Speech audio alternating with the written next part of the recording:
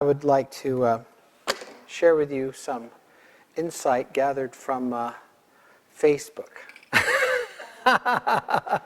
Right? Your source of scientific evidence.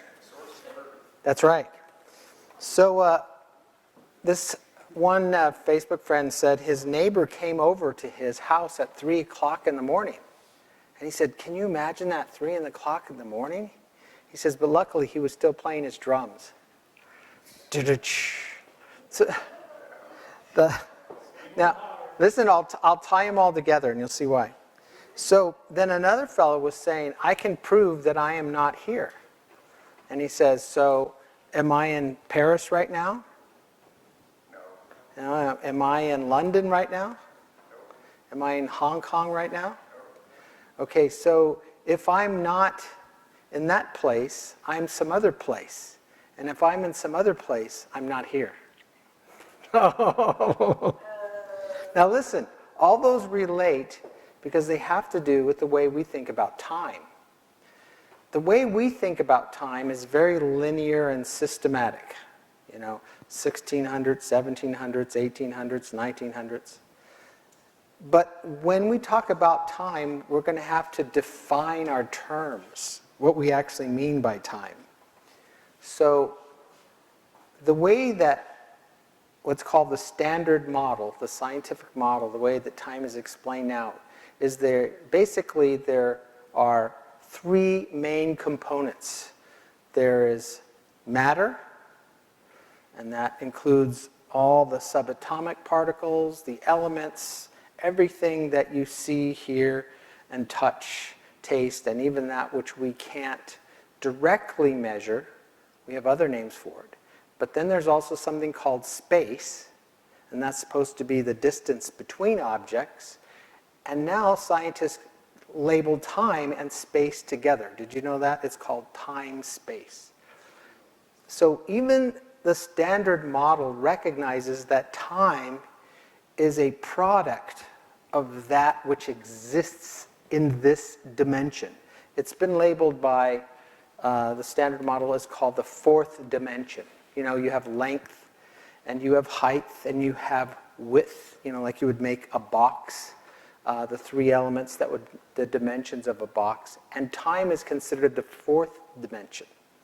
Now, part of the reason why we're here is we want to talk about, well, does the Bible say anything about time travel?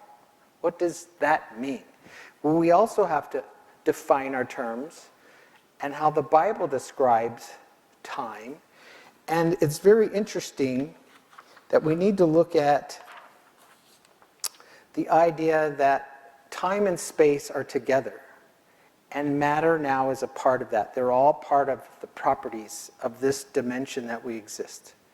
So when the Bible mentions creation, and as I refer to it in my Vice Theory or in the Vitruvian Code Project, the movie, I call time something that's part of a program. When I don't know if you've had the pleasure of ever writing a computer program, but that's the reason why I don't do them now, because they're not really that pleasurable, to be honest with you. It's a lot of really hard work. And one of the first things you learn in programming class is how to develop or how to design a matrix.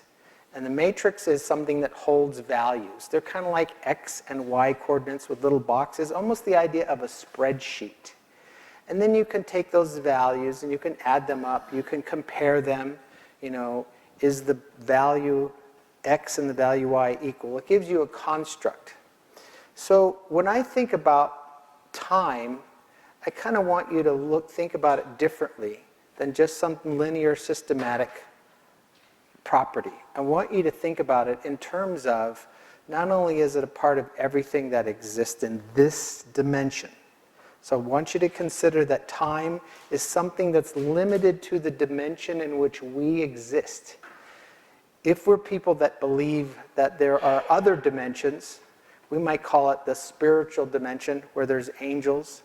We know that in terms of Elijah referring to an attack, and I think it was by the Assyrians, he told his assistant who thought they were going to be overwhelmed one night, He said, Lord, open his eyes to see. And they were surrounded by a host of angelic beings. But it wasn't in this dimension, if you know what I'm saying. So this image that you see in front of here has to do with CERN, which is the particle collider. It's an accelerator that's kind of on the border. It's in Geneva, Switzerland, but it kind of runs into France as well. And what they've done is they take these particles, these subatomic particles, and they crash them into each other. And what's interesting about this, after this collision, out of that are ejected other particles that did not previously exist. They were not known, they were not observable, they were not measurable in any way previous to this collision.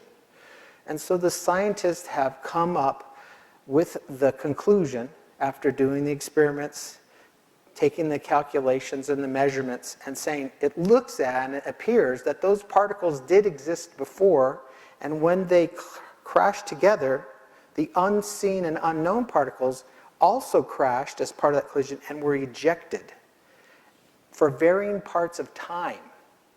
And so they are able to propose that there are multiple dimensions, more than what just exists.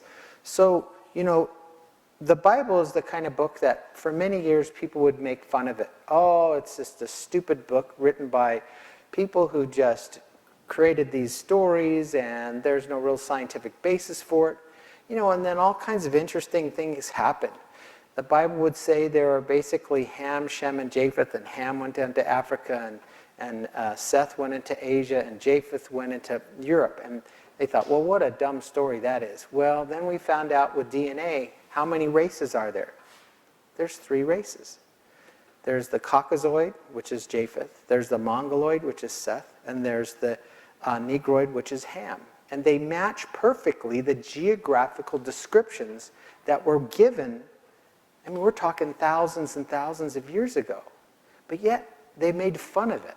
Even the idea of where the Garden of Eden is, the idea that the Tigris and the Euphrates rivers would kind of meet, scientists now conclude, and I would include this as part of their standard model, there's an idea or a theory called Pangea as a continent, that all the continents existed at one time all together. Have you heard of that? So out of that, if you look at where the Tigris and Euphrates rivers are and you continue that course at some point before the global flood, you would see that it would kind of match almost where Africa is, where Djibouti is. And that what makes sense now is, instead of people thinking that we originated, which is the standard model now, out of Africa, it matches the biblical story that there is a fertile area, the Garden of Eden, that was right where all of those continents met. Very interesting. And then they were all split apart.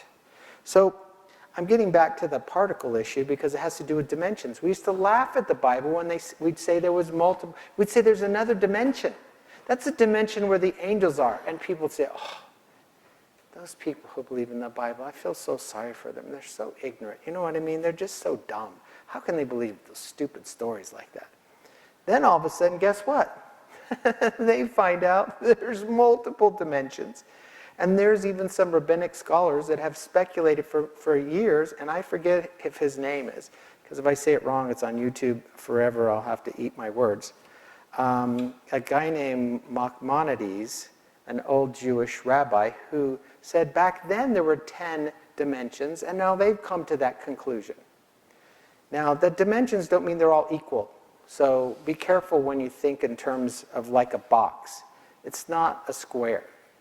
We know that matter and time and space aren't even equal. And we know that because the standard model says you